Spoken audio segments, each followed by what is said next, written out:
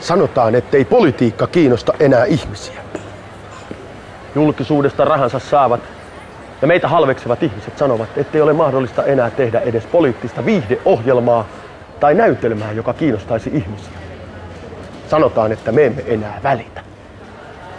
Että meitä ei enää kiinnosta mikään.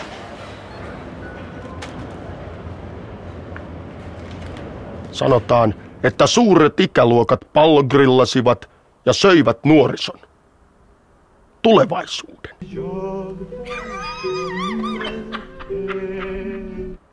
Se on paskapuhetta. Sillä kaiken takana on karvaisten ihmisten salaliitto. Paha saa alkunsa selkää kampaavista miehistä. Ajatelkaapa tätä. Rudolf Gillette keksi partaterän, mutta karvainen ihminen keksi hienen. Veistoliiton teettämän tutkimuksen mukaan yli 400 suomalaista koskettaa päivittäin karvaista ihmistä.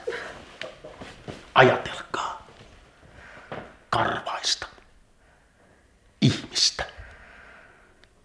Mikä niitä yhdistää? Ei mikään. Sen sijaan Kauko yhdistää. Olitpa rehevä tai puoliposliini, valitse Kauko, sillä Kauko on kaikkien kaveri. Älä turhaan anna arjen masentaa. Kauko osaa vaivat parantaa. Anna äänesi vapaudelle, anna äänesi Suomelle. Koittaa uusi aika perheelle. Kauko, Kauko, kaikkien kaveri on Kauko.